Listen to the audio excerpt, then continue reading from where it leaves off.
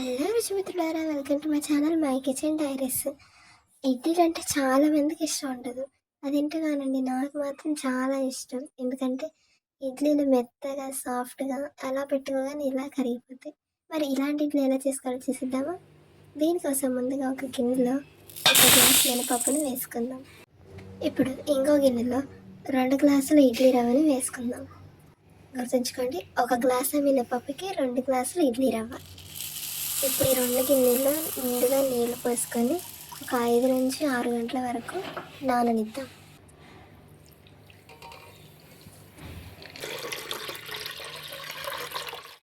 ఆరు గంటల పాటు నానిన పిండిని అలాగే మినపప్పుని ఒకసారి కడుక్కొని నీళ్ళు పోసుకొని ఉంచుకుందాం.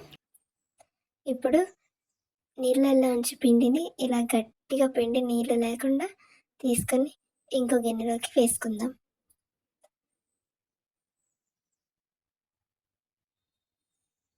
ఇలా పిండి మొత్తాన్ని నీళ్ళు లేకుండా గట్టిగా పిండి దీంట్లోకి వేసుకుందామండి.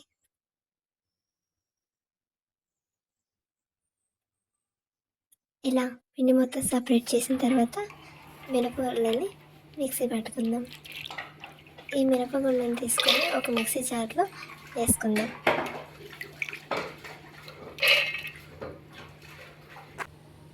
మొత్తం మినపగుళ్ళు వేసుకున్న తర్వాత దాంట్లో కొంచెం వాటర్ వేయండి, ఎక్కువ వేయకండి. వేసుకొని మెత్తగా గ్రైండ్ అయ్యే వరకు మిక్సీ పట్టుకోండి.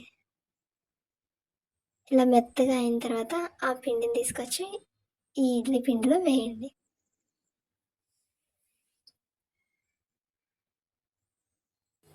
ఇలా వేసిన తర్వాత మొత్తం ఇడ్లీ పిండి మినపప్పు కలిసే వరకు మొత్తాన్ని మిక్స్ చేయండి. చేత్తోనే కలపండి, బాగుంటుంది. ఇలా మొత్తం కలిసే వరకు ఇలా కలుపుతూనే ఉండి, చూసారా? ఇలా మొత్తం కలిసిపోయిన తర్వాత ఇలా ఉంటుంది. ఇప్పుడు మూత పెట్టుకొని ఫ్రిడ్జ్లో ఒక నైట్ అంతా స్టోర్ చేసుకుందాం.